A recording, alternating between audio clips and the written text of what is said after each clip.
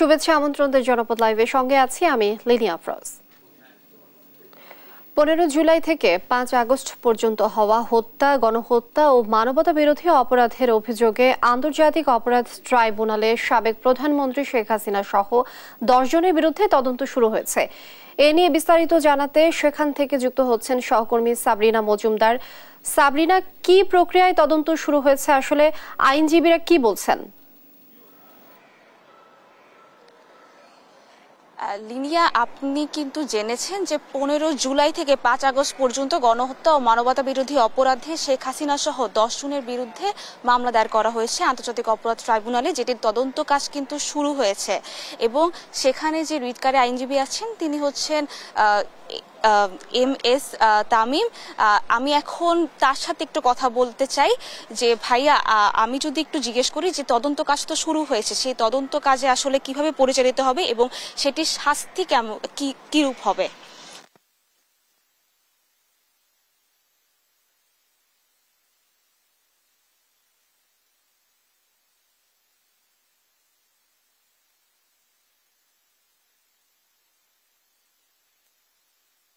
সাবরিনা, অসংখ্য ধন্যবাদ আপনাকে।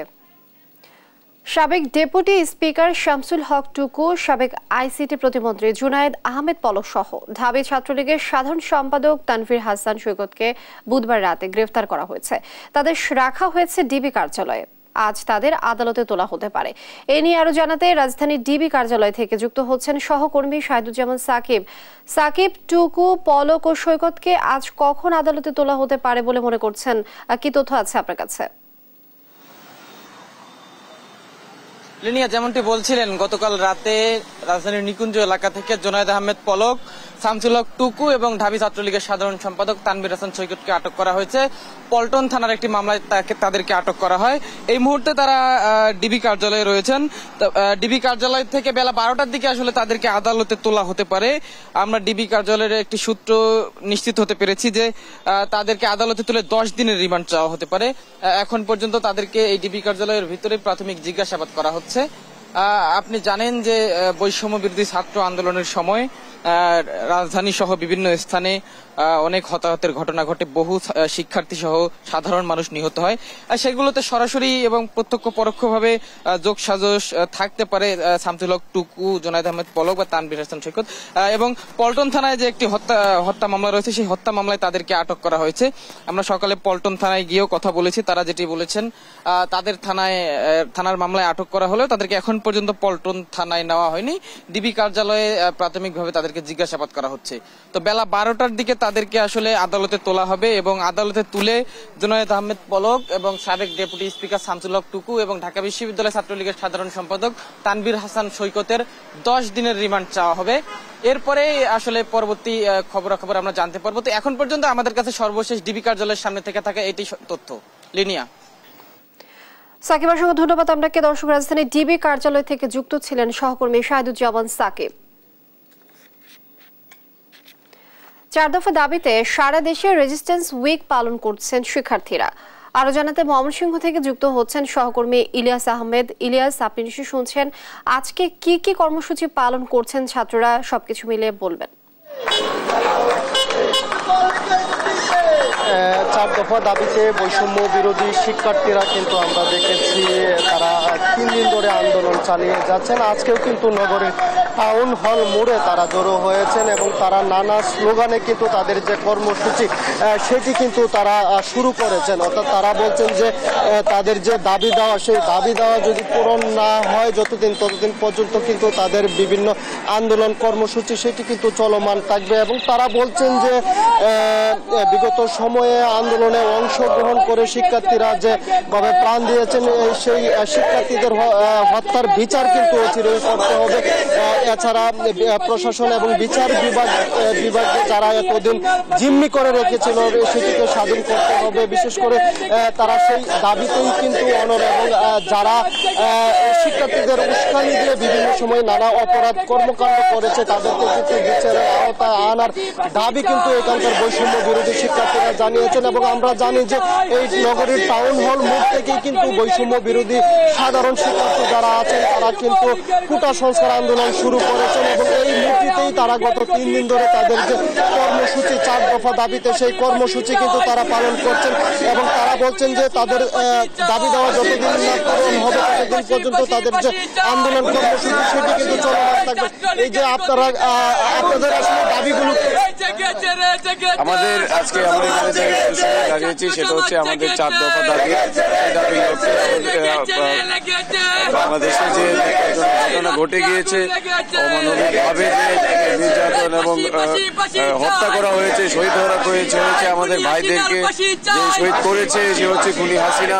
তার আমরা সাবেক যে প্রধানমন্ত্রী শেখ হাসিনা ওনার ফাঁসির দাবিতে আজকে আমরা মাঠে নেমেছি। সেই সাথে আমাদের আরো 3টি দাবি রয়েছে। আপনি জানেন বাংলাদেশে এই কর্মসূচি পালন করা হচ্ছে। এই যে আপনাদের কর্মসূচি কি একটু জানতে চাই, সপ্তাহব্যাপী কর্মসূচির মধ্যে কি আমরা এই আমরা বিক্ষোভ সমাবেশ করছি আজকে, সেটা 4 দফা দাবিতে আমি দাবিগুলো 1 নম্বর দাবি হচ্ছে ফ্যাসিস্ট কাঠামোকে ব্যবহার করে তারা বলছেন যে তাদের বিভিন্ন দাবি দেওয়াতে কিন্তু তারা আন্দোলন চালিয়ে যাচ্ছেন এবং তাদের যে যুক্তির দাবিগুলো রয়েছে কিন্তু অচিরেই পূরণ হবে সে আশ্বাস সরকারের কাছে রাখছেন এবং তাদের যে কর্মসূচি সেটি কিন্তু চালিয়ে যাবেন। এই ছিল আমার কাছে ময়মনসিংহ থেকে সর্বশেষ তথ্য। ইলিয়াস, অসংখ্য ধন্যবাদ আপনাকে। দর্শক, 4 দফা দাবিতে সারা দেশে রেজিস্ট্যান্স উইক পালন করছেন শিক্ষার্থীরা। এই বিষয়ে বিস্তারিত জানাচ্ছিলেন সহকর্মী ইলিয়াস। 4 দফা দাবিতে সারা দেশে রেজিস্ট্যান্স উইক পালন করছেন শিক্ষার্থীরা। এ নিয়ে আরো জানবো দর্শক। রাজধানীর শাহবাগ থেকে যুক্ত হচ্ছেন সহকর্মী মাজহুল ইসলাম। মাঝার এই যে আন্দোলন, বৈষম্য বিরোধী ছাত্র আন্দোলনের আজ কি কি কর্মসূচি রয়েছে বিস্তারিত জানাবেন।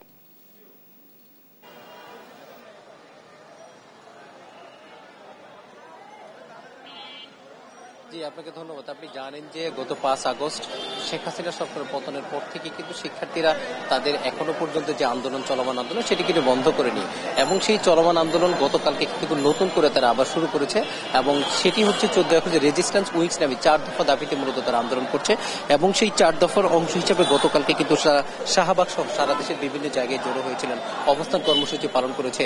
তারই অংশ হিসাবে আপনি জানেন যে আজকে 15 আগস্ট অর্থাৎ আওয়ামী লীগ সরকারের আজকের এই দিনটি খুব গুরুত্বপূর্ণ, অর্থাৎ 15 আগস্ট জাতীয় শোক দিবস হিসেবে তারা পালন করতে হয় এবং এই যে শোক দিবসকে কেন্দ্র করে আওয়ামী লীগের লোকজন এই অঞ্চলে তারা আবার আসতে পারে, এই যে একটি বাইক তোলা হয়েছিল সেটিকে প্রতিহত করার জন্য তারা কিন্তু আগেই ঘোষণা দিয়েছিল যে কেউ যদি প্রতি বিপ্লবের চিন্তা করে বা কেউ যদি বিশৃঙ্খলা করার চেষ্টা করে তাহলে কিন্তু তাদেরকে গ্রেপ্তার করা হবে। আপনি দেখতে পাচ্ছেন যে খন্ড খন্ড মিছিল নিয়ে কিন্তু তারা এদিকে আসছেন। সকাল 10টার আগেই কিন্তু শিক্ষার্থীরা এখানে আসতে থাকে। তবে আপনি জানেন যে গতকালকে কিন্তু শিক্ষার্থীদের একটি বড় অংশ তারা শাহবাগ সহ ধানমন্ডির 32 নম্বর সহ বিভিন্ন জায়গায় কিন্তু তারা ছড়িয়ে ছিটিয়েছিল। ফলশ্রুতিতে কিন্তু তারা সেভাবে সেই সকালবেলা এভাবে জড়ো হতে পারেনি, তবে তারা সকাল থেকে কিন্তু বিভিন্ন জায়গায় জড়ো হওয়া শুরু করেছেন। আমরা এখানে দেখেছি বিভিন্ন সংগঠনের নেতাকর্মীরা এখানে আসছেন এবং ঠিক তার পাশেই কিন্তু আরো একটি সংগঠন জাতীয়তাবাদী ছাত্র দল, তারা কিন্তু শহীদ মিনার এলাকায় অবস্থান নিয়েছেন এবং এই যে সাধারণ শিক্ষার্থীর যে অবস্থান কর্মসূচি সেটা কিন্তু চলছে এবং তারা বলছেন যে বেলা বাড়ার সাথে সাথে তাদেরই উপস্থিতি বাড়বে এবং সেটা দেখতে পাচ্ছি যে ছোট ছোট মিছিল নিয়ে তারা এখানে এসে হাজির হচ্ছেন এবং বৈষম্য বিরোধী ছাত্র আন্দোলনের ব্যানারে যে আজকের যে আন্দোলন এবং 15 আগস্টকে কেন্দ্র করে যে একটা বিশৃঙ্খলা তৈরির যে একটা কথা সেটা শুনেছিলাম, সেটাকে কিন্তু তারা প্রতিহত করার জন্য তারা এখানে আস্তে আস্তে হাজির হচ্ছেন এবং আমরা এখানে বিভিন্ন গান পরিবেশন করতে দেখেছি, বিভিন্ন নাটক পরিবেশন হতে দেখেছি এবং বিভিন্ন সংগঠনের মানুষকে কিন্তু দেখেছি যারা এই জায়গায় এসে মূলত তারা এই প্রোগ্রামটিকে বাস্তবায়ন করার জন্য চেষ্টা করছেন এবং তারা বলছেন এই যে দুষ্কৃতিকারী যারা বিশৃঙ্খলা তৈরির চিন্তা ভাবনা করছেন বা ছাত্র জনতার যে বিপ্লব, তাদের যে অর্জন সেটি যারা নস্যাৎ করতে চায় তাদের বিরুদ্ধে কিন্তু তারা ব্যবস্থা নেওয়ার জন্য তারা এই আন্দোলন চালিয়ে যাবেন বলে তারা বলছেন এবং এরই অংশ হিসাবে সকাল থেকেই তারা কিন্তু এই অঞ্চলে আসছেন। আপনি জানেন যে ধানমন্ডি 32 নম্বর কিন্তু ইতিমধ্যেই কাউকে ঢুকতে দেওয়া হচ্ছে না এবং বঙ্গবন্ধু শেখ মুজিবুর রহমানের যে শোক দিবস, সেই শোক দিবস কিন্তু ইতিমধ্যেই সরকারের নতুন যে অন্তর্বর্তী সরকার তারা দায়িত্ব নেওয়ার পরই কিন্তু গত 2 দিন আগে কিন্তু সেই সরকারি ছুটিও বাতিল করা হয়েছে এবং সেই সম্পর্কিত কোনো প্রোগ্রাম কিন্তু আমরা আজ অবধি এখনো দেখিনি। আপনি জানেন যে অন্যান্য বছর বিশেষ করে 15 আগস্টকে কিন্তু খুবই জৌলুস সহকারে বা জাঁকজমক সহকারে পালন করা হয়, কিন্তু 5 আগস্ট শেখ হাসিনা পতনের পর সেই 15 আগস্ট একটা ভিন্ন 15 আগস্ট দেখি, যেখানে আওয়ামী লীগের নেতাকর্মীদেরকে কোথাও দাঁড়াতে দেওয়া হচ্ছে না এবং আমরা শাহবাগে আসার পর কিন্তু আওয়ামী লীগের কোনো নেতাকর্মীকে দেখিনি এবং তারা বলছেন কেউ যদি আওয়ামী লীগের নামে এখানে এসে বিশৃঙ্খলা করতে চায়, ছাত্র জনতা বা মানুষ যারা এখানে উপস্থিত হচ্ছেন তারা বলছেন তাদেরকে দমন করা হবে, তাদেরকে প্রতিহত করা হবে। তারই অংশ হিসেবে কিন্তু আমরা এখানে শিক্ষার্থী থেকে শুরু করে সাধারণ মানুষকে উপস্থিত হতে দেখছি এবং তারা কিন্তু বলছেন গত 15 বছর শেখ হাসিনা সরকারের যে দমন নিপীড়ন ছিল, যেভাবে সাধারণ মানুষের উপর অত্যাচার করা হয়েছে, মানুষকে তাদের অধিকার থেকে বঞ্চিত করা হয়েছে, সেই অধিকারগুলো বর্তমান সরকারের কাছে অর্থাৎ অন্তর্বর্তী সরকার যেটি ডক্টর ইউনূসের নেতৃত্বে গঠন হয়েছে তার কাছে কিন্তু তারা প্রত্যাশা করছেন, সাধারণ মানুষের কাছে তারা প্রত্যাশা করছেন তারা হচ্ছে যেন তাদের সেই অধিকারগুলো ফিরে পায় এবং তাদেরকে যেভাবে হয়রানি করা হয়েছে সেই হয়রানি এবং যে মামলাগুলো সাধারণ শিক্ষার্থী বা সাধারণ মানুষের বিরুদ্ধে করা হয়েছে সেই মামলাগুলো হচ্ছে সেসব এমনটি কিন্তু তারা এবং এরই মধ্যে কিন্তু তারা শাহবাগে অবস্থান নিয়েছেন এবং আমরা হচ্ছে শাহবাগ ব্লক হয়ে গেছে। আপনি দেখতে পাচ্ছেন যে শাহবাগের বর্তমান যে অবস্থা সেটি কিন্তু আস্তে আস্তে জমায়েত বাড়তে শুরু করেছে এবং তারা বলছেন আজকে সারাদিনই তারা এখানে অবস্থান করবেন এবং তাদের যে দাবি যে 4 দফা সেই 4 দফা দাবি পূরণ না হওয়া পর্যন্ত তাদের সে আন্দোলন চলমান থাকবে। এই ছিল মূলত আমার কাছে সর্বশেষ। মাঝার, ধন্যবাদ আপনাকে। দর্শক, শাহবাগ থেকে যুক্ত ছিলেন আমাদের সহকর্মী মাঝারুল ইসলাম। বৈষম্য বিরোধী ছাত্র আন্দোলনকে কেন্দ্র করে 28 দিন বন্ধ থাকার পর সারা দেশে আন্তনগর ট্রেন চলাচল শুরু হয়েছে। এই নিয়ে আরো জানবো। দর্শক, খুলনা থেকে যুক্ত হচ্ছেন আমাদের সহকর্মী নুর ইসলাম রকি। খুলনা থেকে এ পর্যন্ত কয়টি ট্রেন ছেড়েছে, যাত্রী উপস্থিতি কেমন দেখছেন, সবকিছু মিলে জানাবেন।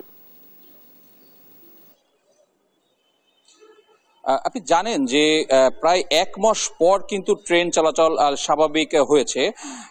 আমরা খুলনা রেল স্টেশনে এখন অবস্থান করছি। আমরা এখানে এসে যেটা জানতে পেরেছি যে গত 12ই আগস্ট থেকে স্টেশন থেকে কিন্তু পণ্যবাহী এবং মালবাহী যে ট্রেনগুলো আছে এগুলো আসলে যাতায়াত শুরু করেছে এবং 13ই আগস্ট থেকে যে কমিউটার যেগুলো আছে এগুলো আসলে চলাচল শুরু করেছে এবং আজ রাত থেকেই প্রথমবারের মতো আন্তনগর যে ট্রেনগুলো আছে এগুলো যাতায়াত শুরু করবে এবং আজ রাত 2টায় কিন্তু ট্রেন খুলনা থেকে ছেড়ে যাবে। আমরা এইখানে আছি, এই কথা বলবো খুলনা রেল স্টেশনের যে মাস্টার দায়িত্বরত আছেন মাসুদ রানা, তার কাছে জানতে চাইবো যে রেল স্টেশনের স্বাভাবিক অবস্থা কেমন এবং কখন আন্তনগর ট্রেন ছাড়বে একটু বলবেন। ধন্যবাদ। আজকে সকালে যাত্রীবাহী ট্রেন, মেল ট্রেন এবং কমিউটার ট্রেন ছেড়ে গেছে এবং রাতে সুন্দরবন এবং সীমান্ত আন্তনগর এক্সপ্রেস ট্রেন ছেড়ে যাবে। ট্রেনের আপনার যাত্রী সাধারণের উপস্থিতি একটু কম, তো সবকিছু স্বাভাবিক আছে, নিরাপত্তা ব্যবস্থা। ধন্যবাদ। দর্শক, আপনি যেমনটি শুনেছিলেন যে স্টেশন মাস্টার আমাদেরকে জানিয়েছে যে ট্রেন চলাচল স্বাভাবিক ভাবে চালু হয়েছে এবং যাত্রীরা কিন্তু টিকিট সংগ্রহ করা শুরু করেছে, তবে খুব একটি চাপ কিন্তু এখনো হয় নাই। হ্যাঁ, আজকে থেকে যেহেতু আন্তনগর চলাচল শুরু হচ্ছে সেক্ষেত্রে কিন্তু তাদের যে ধারণাটা আস্তে আস্তে স্বাভাবিক হয়ে গেলে ট্রেন চলাচল আসলে চালু হলে পূর্ণাঙ্গভাবে যাত্রীর বাড়বে এবং ট্রেন আরো বাড়ানোর সম্ভাবনাও আছে। পাশাপাশি আরেকটি বিষয় বলে রাখতে চাই যে বৈষম্য বিরোধী ছাত্র আন্দোলনের কারণে ট্রেন চলাচল নাচগড়ায় কিন্তু সাধারণ যারা যাত্রী আছে তারা বেশ ভোগান্তিতে ছিল এবং তাদের সাথে আমরা আজকে কথা বলে যেটা জানতে পেরেছি, তারা যেটা জানিয়েছে যে ট্রেন চলাচল স্বাভাবিক হয় তাদের ভিতরে একটু উচ্ছ্বাস আসলে ফিরে পেয়েছে, কারণ তারা যেটা জানিয়েছে ট্রেন একটি আনন্দদায়ক ভ্রমণ। তারা প্রত্যাশা করে যে ট্রেন চলাচল স্বাভাবিকভাবে চলবে। খুলনা থেকে আন্তনগর ট্রেন চলাচলের এটা ছিল আমার কাছে সর্বশেষ সংবাদ।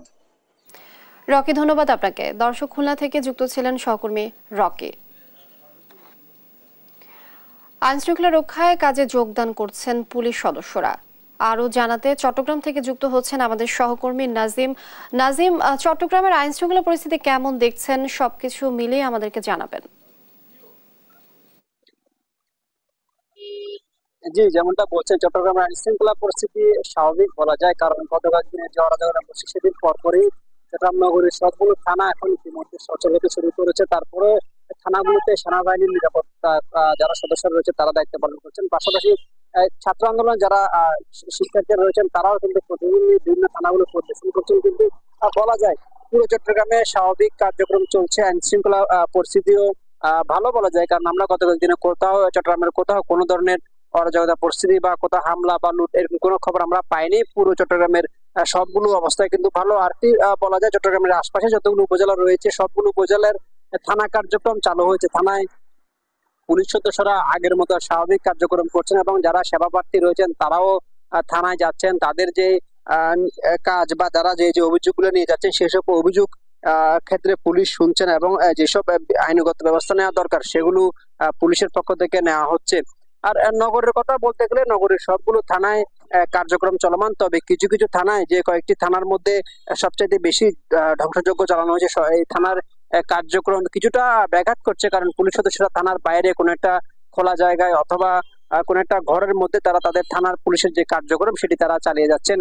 কি দ্রুত এগুলো সংস্কার করা হবে বলে আইন শৃঙ্খলা বাহিনীর পক্ষ থেকে আমাদেরকে জানানো হয়েছে এবং প্রতিদিনই নগরের যতগুলো থানা রয়েছে সবগুলো থানায় মেট্রোপলিটন পুলিশের পক্ষ থেকে যারা ঊর্ধ্বতন কর্মকর্তা রয়েছেন তারা থানাগুলো পরিদর্শন করছেন এবং কি কি ক্ষয়ক্ষতি হয়েছে তারা সেগুলো নির্ধারণ করার চেষ্টা করছেন। নির্ধারণ করার পর এগুলো দ্রুত সংস্কার করা হবে বলে আমরা জানতে পেরেছি। আর নগরীর প্রতিটি গুরুত্বপূর্ণ পয়েন্টে কিন্তু ট্রাফিক পুলিশ সদস্যরা কাজ করছেন। এখনো আমরা যেটি দেখেছি কিছু কিছু মোড়ে এবং কিছু কিছু গুরুত্বপূর্ণ সড়কে শিক্ষার্থীরা কিন্তু ট্রাফিক নিয়ন্ত্রণে কাজ করছেন এবং শিক্ষার্থীরাও ট্রাফিকের পুলিশ যারা রয়েছেন তাদের সাথে কাঁধে কাঁধ মিলিয়ে ট্রাফিক নিয়ন্ত্রণে কাজ করছেন। কোনো ধরনের আসলে যানজট নেই বললে চলে। পুলিশের পক্ষ থেকে যেসব নিয়মিত টহল জোরদার করা হয় সেগুলো তারা পুলিশের পক্ষ থেকে চালিয়ে যাচ্ছেন। আমরা দেখি গতকালকে থেকে দেখছি প্রতিদিনই সকাল থেকে রাত পর্যন্ত আগের মতো যেভাবে পুলিশের পক্ষ থেকে বিভিন্ন জায়গায় টহল দেওয়া হয় সেগুলো তারা জোরদার করছেন। তো বলা যায় পুরো চট্টগ্রামের আইন শৃঙ্খলা পরিস্থিতি আসলে স্বাভাবিক পর্যায়ে রয়েছে। এই ছিল চট্টগ্রাম থেকে আমার কাছে থাকা সর্বশেষ। নাজিম, অসংখ্য ধন্যবাদ আপনাকে। দর্শক, চট্টগ্রামের আইন শৃঙ্খলা পরিস্থিতি জানাচ্ছিলেন আমাদের সহকর্মী নাজিম। এ বিষয়ে আমরা আরো জানবো। বরিশাল থেকে যুক্ত হচ্ছেন সহকর্মী শফিক। শফিক, আপনি নিশ্চয়ই শুনছেন, আপনি জানাবেন বরিশালের আইন শৃঙ্খলা পরিস্থিতি এখন কি অবস্থা?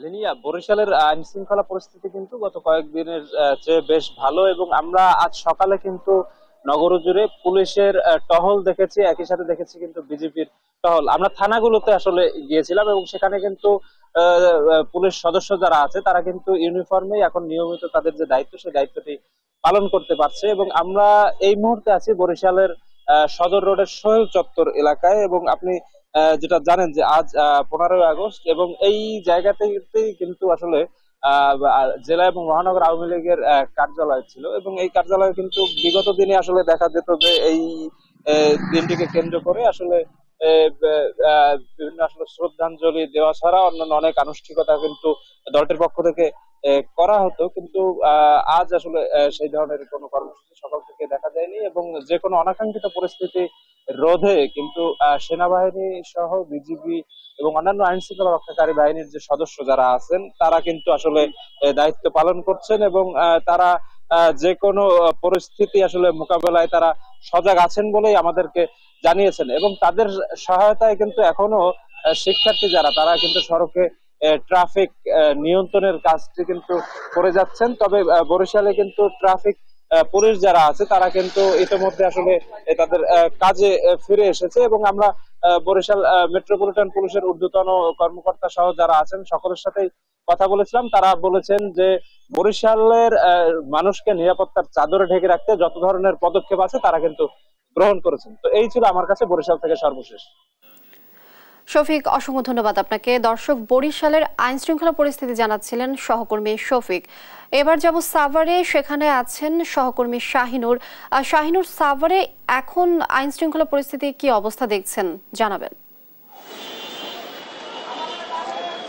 লিনি, আপনাকে ধন্যবাদ। আমি এই মুহূর্তে আছি আশুলিয়া এলাকায়। আপনাকে যদি জানাই যে সাভার আসলে কিন্তু আইন শৃঙ্খলার অনেকটা উন্নতি হয়েছে। গত কয়েকদিন আগেও কিন্তু আমরা দেখতে পেরেছি যে সাভার আশুলিয়া থানাগুলোতে পুলিশ এবং পুলিশের সদস্যরা ছিল না, এখন কিন্তু আমরা দেখতে পাচ্ছি যে পুলিশ এসেছে এবং আমরা দেখেছি যে আইন শৃঙ্খলার পাশাপাশি এই এলাকার যে বিভিন্ন দলের জামাত শিবির এবং অন্যান্য যে বিএনপি অঙ্গ সংগঠনের তারাও কিন্তু কিন্তু আইন শৃঙ্খলাকে বজায় রাখার জন্য তারাও কিন্তু কাজ করতেছে, এমনটি কিন্তু আমরা দেখতে পাচ্ছি। এবং সেই সাথে আপনাদেরকে জানিয়ে রাখি যে সাভার, আশুলিয়া এবং বাইপালে, বিশেষ করে বাইপাল সহ অন্য যে ইগুলো আছে যে তারাও কিন্তু আমরা দেখতে পেরেছি যে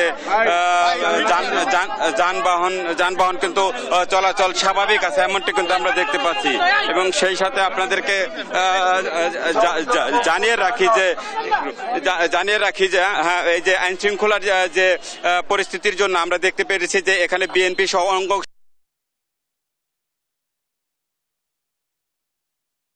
যে মাঠে আছেন, আইন শৃঙ্খলার কি সহযোগিতা করতেছেন?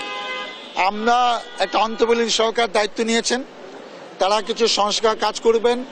ইতিমধ্যে তারা ঘোষণা করেছেন যে 15 আগস্ট যে 15 বছর রাষ্ট্রীয় শোক দিবস ছিল সেটা বাতিল হয়েছে, সরকারি ছুটি বাতিল হয়েছে। সেটা যেরকম সরকার তৎপর, আমরা দলীয়ভাবে নির্দেশ পেয়েছি আমাদের প্রিয় নেতা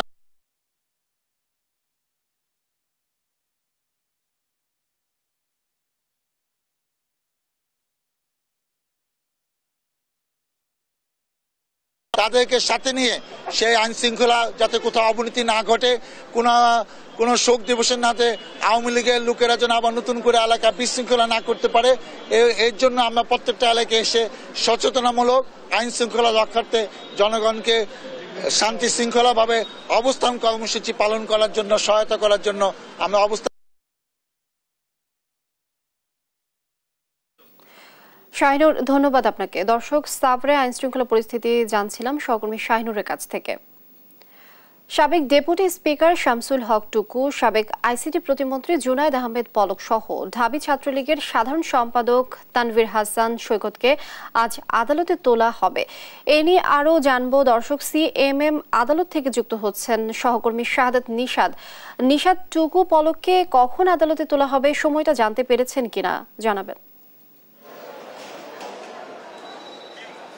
জি, যেমনটি বলছিলেন, আসলে গতকালকে কিন্তু সাবেক তথ্য প্রযুক্তি প্রতিমন্ত্রী জুনায়েদ আহমেদ পলক এবং ডেপুটি স্পিকার সাবেক যে শামসুল হক টুকু এবং ঢাকা বিশ্ববিদ্যালয় ছাত্রলীগের সাবেক সাধারণ সম্পাদক তানভীর হাসান সৈকত, তিনজনকেই পল্টন থানার রুজুকৃত মামলায় তাদেরকে গ্রেফতার করা হয়েছে এবং গ্রেফতারের পরপরই তাদেরকে ডিবি কার্যালয়ে নিয়ে যাওয়া হয়। রাতেই কিন্তু বিষয়টি আমাদেরকে ডিএমপির মিডিয়া সেল থেকে নিশ্চিত করেছে এবং আমরা বর্তমানে রয়েছি সিএমএম কোর্টের এখানে। কিছুক্ষণ পরেই তাদেরকে ডিবি কার্যালয় থেকে এখানে নিয়ে আসা হবে, চিফ মেট্রোপলিটন ম্যাজিস্ট্রেট আদালতে নিয়ে আসা হবে এবং এরপরে আসলে পুলিশ থেকে আমাদেরকে যে বিষয়টি জানানো হয়েছে রিমান্ড চাওয়া হবে, কারণ পল্টনে সেখানে যে ঘটনায় বৈষম্য বিরোধী ছাত্র আন্দোলনের সময় ঘটনায় এক পথচারী নিহত হয় এবং সেই পথচারী নিহতের ঘটনায় ইন্ধনদাতা হিসেবে তাদেরকে চিহ্নিত করা হয়েছে এবং সেই প্রেক্ষিতে পল্টন থানায় অজ্ঞাতনামা মামলা হয় এবং সেই মামলার প্রেক্ষিতে কিন্তু তাদেরকে গ্রেফতার দেখানো হয়েছে। এবং একই সাথে যদি জানিয়ে রাখি, এর আগেও গতকালকে আমরা যেটি দেখেছি, গতকালকে যে সাবেক প্রধানমন্ত্রী শেখ হাসিনার যে বিনিয়োগ উপদেষ্টা সালমান এফ রহমান এবং সাবেক আইনমন্ত্রী আনিসুল হককেও 10 দিনের রিমান্ড দেওয়া হয়েছিল। ঠিক একই ঘটনায় তাদেরকেও রিমান্ড দেওয়া হয়, অর্থাৎ যে নিউ মার্কেট এলাকায় 2 জন পথচারীর নিহতের ঘটনার 2টি মামলা হয়েছিল এবং সেই প্রেক্ষিতে তাদেরকে রিমান্ড দেওয়া হয়েছে। এবং একই সাথে আজকে আমরা যতটুকু জেনেছি 3 জনকে 12টার পরে এখানে নিয়ে আসা হবে এবং ডিবি কার্যালয় থেকে মূলত তাদেরকে আইন শৃঙ্খলা বাহিনীর ব্যাপক যে তৎপরতা এবং একেবারেই নিশ্চিত নিরাপত্তার বেষ্টনীতে তাদেরকে নিয়ে আসা হবে। কারণ এর আগে গতকালকে যে ঘটনাটি ঘটেছে এখানে যখন সালমান এফ রহমান এবং সাবেক আইনমন্ত্রী আনিসুল হককে যখন নিয়ে আসা হয় তখন আমরা দেখেছি ব্যাপক বিক্ষুব্ধ জনতা বাইরে অবস্থান করেছিল এবং সেক্ষেত্রে তারা ব্যাপক হারে ডিম থেকে শুরু করে ঝাড়ু, জুতা এগুলো নিক্ষেপও করেছিল। তো সেই কোনো ধরনের কোনো অপ্রীতিকর ঘটনা যেন না ঘটে সেক্ষেত্রে এখনও যদিও আমরা এখানে আইন শৃঙ্খলা বাহিনীর তেমন উপস্থিতি দেখতে পাইনি, তবে কিছুক্ষণের মধ্যে এখানে ব্যাপক আইন শৃঙ্খলা বাহিনীর উপস্থিতি আমরা দেখতে পারবো বলে এখানকার যে প্রসিকিউটর আইন রয়েছে, আদালত রয়েছে, সেখান থেকেও আমাদেরকে নিশ্চিত করা হয়েছিল। এবং একই সাথে জানিয়ে রাখি, জুনায়েদ আহমেদ পলকের কিন্তু বেশ কিছু আলোচিত ঘটনা সবচেয়ে বেশি মানুষের মাঝে বিভ্রান্ত সৃষ্টি করেছে। বিশেষ করে ইন্টারনেট বন্ধ করে দেওয়া সহ আইসিটি খাতে ব্যাপক অনিয়মও কিন্তু লক্ষ্য করা গিয়েছে এবং সেই ক্ষেত্রে সরকারের শত শত কোটি টাকার প্রকল্প অনেকটা ভেস্তে দিয়েছিল জুনায়েদ আহমেদ পলক। তো সেগুলো আসলে সাধারণ মানুষের সম্মুখে আসা উচিত বলেও অনেকে মন্তব্য করেছেন এবং সেই ক্ষেত্রে আদালতের রায়ের পরেও সেই বিষয়গুলো উঠে আসার সম্ভাবনাও রয়েছে। তো সবকিছু মিলিয়ে এখন পর্যন্ত আদালতের যে পরিস্থিতি সেটি অনুযায়ী এখনো তাদেরকে নিয়ে আসা হয়নি এবং নিয়ে আসা পরে তাদেরকে আদালতে তোলা হবে এবং তাদের রিমান্ড চাওয়া হবে। তো এই ছিল সিএমএম কোর্ট থেকে আমার কাছে থাকা সবশেষ খবর। নিশাদ, অসংখ্য ধন্যবাদ আমাদের সঙ্গে যুক্ত হবার জন্য। দর্শক, সিএমএম আদালত থেকে যুক্ত ছিলেন সহকর্মী শাহাদাত নিশাদ। বাজারে বাড়ছে সরবরাহ, বাজার পরিস্থিতি জানাতে বাগেরহাট, বগুড়া ও কুষ্টিয়া থেকে যুক্ত হচ্ছেন সহকর্মী এস সোহান, সঞ্জু রায় ও নাহিদ হাসান তিতাস। আমরা প্রথমেই যাচ্ছি বাগেরহাটে, সেখানে সহকর্মী আছেন সোহান। সোহান, আপনি জানাবেন যে বাজার পরিস্থিতি নিয়ন্ত্রণে এসেছে কিনা, দরদাম আসলে কেমন দেখছেন, আর কি মনে হচ্ছে নিত্যপণ্যের দাম কমেছে কিনা? বাগেরহাটে কিন্তু সব ধরনের সবজি এবং মাছের সরবরাহ বেড়েছে। সবজি এবং মাছের সরবরাহ বাড়ায় বাজারে এসব পণ্যের দর কিন্তু কিছুটা কমেছে। তবে এই যে কমার পরেও যে দরে বিক্রি হচ্ছে এটাও সাধারণ মানুষের নাগালের বাইরে। এই মুহূর্তে আমরা বাগেরহাটের সবথেকে বড় বাজারে রয়েছি। এই বাজারে আসলে আমরা দেখেছি প্রতি কেজি আলু বিক্রি হচ্ছে আজকে 55 টাকা, যেটি কয়েকদিন আগে বিক্রি হচ্ছিল 60 টাকা। করলা বিক্রি হচ্ছে 60 টাকা করে, বেগুন 60 টাকা, কাঁকরোল 60 টাকা। এছাড়া লাউ, চাল কুমড়ারও কিন্তু দাম কমেছে। প্রতি পিস লাউ বিক্রি হচ্ছে 40 থেকে 50 টাকা, যেটি আগে বিক্রি হচ্ছিল 70 থেকে 80 টাকা করে। চাল কুমড়ারও কিন্তু দাম কমেছে। প্রতি পিস চাল কুমড়া বিক্রি হচ্ছে 25 থেকে 30 টাকা করে। আমরা যদি অন্য তরকারির কথা বলি সেক্ষেত্রে কচুরমুখী বিক্রি হচ্ছে 60 থেকে 70 টাকা করে, কাঁকরোল বিক্রি হচ্ছে 60 টাকা, পটল 30 থেকে 35 টাকা, মিষ্টি কুমড়া বিক্রি হচ্ছে 25 থেকে 35 টাকা পর্যন্ত। এক কথায় বলা যায় যে সব ধরনের সবজির কিন্তু দাম কমেছে। আমরা যদি আপনাদেরকে একটু দেখাতে চাই, দেখেন বাজারে কিন্তু সব ধরনের সবজির সরবরাহ বেড়েছে। এছাড়া আমরা আপনাদেরকে মাছের বাজার যদি বলি, মাছের বাজারেও কিন্তু দাম কমেছে। প্রতি কেজি ইলিশ মাছ বিক্রি হচ্ছে 1200 থেকে 1400 টাকা করে। অন্যান্য মাছেরও কিন্তু দাম কমেছে। আসলে বাগেরহাটের বাজার দরের এই ছিল আমার কাছে সর্বশেষ। এই আমরা এখন চলে যাব বগুড়ার সঞ্জুর কাছে। সঞ্জুর কাছে আমরা জানবো বগুড়ার বাজার দরের সর্বশেষ পরিস্থিতি। সঞ্জু। সোহান, আপনাকে ধন্যবাদ। উত্তরের প্রাণকেন্দ্র বগুড়ায় গেল 5 আগস্টের পরে কিন্তু বেশ নাগালের মধ্যে এসেছিল সকল ধরনের সবজির দাম। যেহেতু বগুড়া সহ সারা দেশে পরিবহন সেক্টর থেকে শুরু করে সড়ক মহাসড়কে চাঁদাবাজি বন্ধ হয়েছে, হাটে যে বাড়তি ইজারা নেওয়া হতো সেই ইজারাগুলো বন্ধ হয়েছে। সেই জন্য কিন্তু হঠাৎ করেই এই সবজির জন্য বিখ্যাত এই জেলায় নাগালের মধ্যে কিন্তু মানুষজন পেয়েছে সবজি। প্রতিটা সবজিতেই কিন্তু গড়ে কমে গিয়েছিল 5 থেকে 10 টাকা, কোনোটাতে কমেছিল 20 টাকারও বেশি। কিন্তু গেল 2-3 দিনে বর্ষার কারণে আবারও কিন্তু চারা দিয়েছে সবজির দাম। এখন যে দামগুলো আমরা বগুড়ার খুচরা বাজারে দেখছি তা কিন্তু আসলে বলা যায় না যে আসলে সাধারণ মানুষের নাগালের মধ্যে রয়েছে, কারণ এখনো এই দাম সাধারণ মানুষের কাছে অনেক বেশি এবং তাদের নাগালের বাইরে। বগুড়ার বাজারে গোল যে আলু, পাখরি আলু বলে এই অঞ্চলে, তা কিন্তু এখনো বিক্রি হচ্ছে 65 টাকা কেজিতে। স্টিক আলু বিক্রি হচ্ছে 55। বেগুনের কেজি 5 আগস্টের পর নেমেছিল 40 টাকাতে, সেই বেগুন আবারও কেজিতে 30 টাকা বেড়ে বিক্রি হচ্ছে 70 টাকাতে। পটলের দামও বেড়েছে, কেজিতে 10 টাকা বিক্রি হচ্ছে 40 টাকা। মরিচের কেজি কিন্তু সবচেয়ে কমেছিল 160 টাকা কেজিতে মরিচ, সেই মরিচ এখন বিক্রি হচ্ছে এই বাজারে 200 টাকা কেজিতে। শুধু তাই নয়, পেঁয়াজের কেজিও বেড়েছে, কেজিতে 10 থেকে 15 টাকা। আজকের বাজারে কিন্তু বিক্রি হচ্ছে 120 টাকা কেজিতে। একই রকম ভাবে কিন্তু কিন্তু বগুড়াতে সকল ধরনের নিত্য প্রয়োজনীয় যে দ্রব্যের বাজার তা কিন্তু এখনো ঊর্ধ্বমুখী, এবং সাধারণ মানুষের যে প্রত্যাশা, এই সরকার যেহেতু ইতিবাচক পরিবর্তনে কাজ করছে, কোথায় সমস্যা সেই সমস্যা চিহ্নিত করে সাধারণ মানুষের নাগালের মধ্যে নিত্য প্রয়োজনীয় দ্রব্যের দামগুলো আনার জন্য তারা জোর দাবি জানিয়েছে। বগুড়াতে আজকে নিত্য প্রয়োজনীয় বাজার নিয়ে আমার কাছে এটি ছিল সর্বশেষ। আমরা বাজার পরিস্থিতির আরো খবর জানবো, সরাসরি চলে যাচ্ছি কুষ্টিয়াতে, সেখানে রয়েছে আমাদের সহকর্মী নাহিদ হাসান তিতাস। ধন্যবাদ সঞ্জু। আসলে বাজারে পণ্যের সরবরাহ স্বাভাবিক থাকলেও কিন্তু এখন পর্যন্ত স্বস্তি ফিরেনি, অর্থাৎ সব ধরনের পণ্যের দামই হচ্ছে চড়া দামি বাজারে বিক্রি হচ্ছে। আসলে বাজার মনিটরিং কর্মকর্তা এবং শিক্ষার্থীদের বাজার অভিযানের পরেও কিন্তু কোনো সুখবর মেলেনি। আমি রয়েছি কুষ্টিয়ার সবচেয়ে বড় খুচরা বাজার পৌর বাজারে। এই বাজারের যদি আমি আজকে বাজার দর জানাই, যেমন আলু কেজি প্রতি বিক্রি হচ্ছে 60 টাকা কেজি দরে, এবং বেগুন বিক্রি হচ্ছে 60 টাকা কেজি দরে, পটল 30 টাকা কেজি দরে বিক্রি হচ্ছে, এবং মরিচের দাম কেজিতে 20 টাকা বেড়েছে, বেড়ে 220 টাকা কেজি দরে বিক্রি হচ্ছে।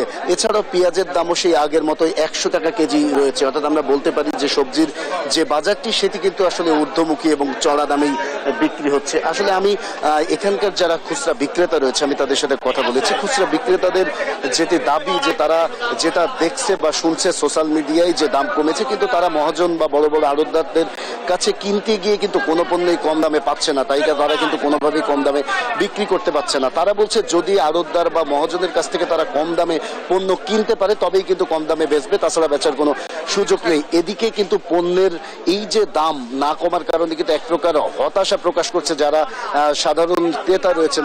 তারা বলছেন যে এই সরকার, নতুন যে সরকার, তাদের কাছে কিন্তু তাদের প্রত্যাশা রয়েছে যে যত দ্রুত সম্ভব শক্ত পদক্ষেপের মাধ্যমে এই বাজারটিকে নিয়ন্ত্রণ করবে। এই ছিল কুষ্টিয়া থেকে বাজার দর সম্পর্কে আমার কাছে সর্বশেষ খবর। লিনিয়া, অসংখ্য ধন্যবাদ আপনাদের তিনজনকে আমাদের সঙ্গে যুক্ত হবার জন্য। দর্শক, বাজার পরিস্থিতির খবরাখবর জানাচ্ছিলেন আমাদের সহকর্মীরা।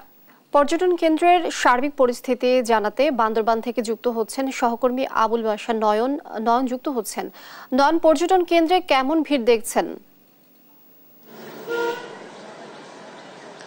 ধন্যবাদ লিনিয়া। আসলে দীর্ঘদিন ধরে পার্বত্য জেলা বান্দরবানে পর্যটক শূন্যতা বিরাজ করছে, তবে সম্প্রতি যে দেশের স্থিতিশীলতা অবস্থা ফিরে আসছে, আইন শৃঙ্খলা পরিস্থিতির উন্নতি হয়েছে, এক্ষেত্রে বান্দরবানে যে পর্যটন স্পটগুলো রয়েছে, যারা পর্যটন ব্যবসায়ী রয়েছে তারা একটি ভালো পর্যটক আগমন ঘটবে এমনটি প্রত্যাশা করছেন। আমরা দেখতে পাচ্ছি, আমি এই মুহূর্তে যেখানটিতে আছি বান্দরবান শহরের মেঘলা পর্যটন স্পট এলাকায়।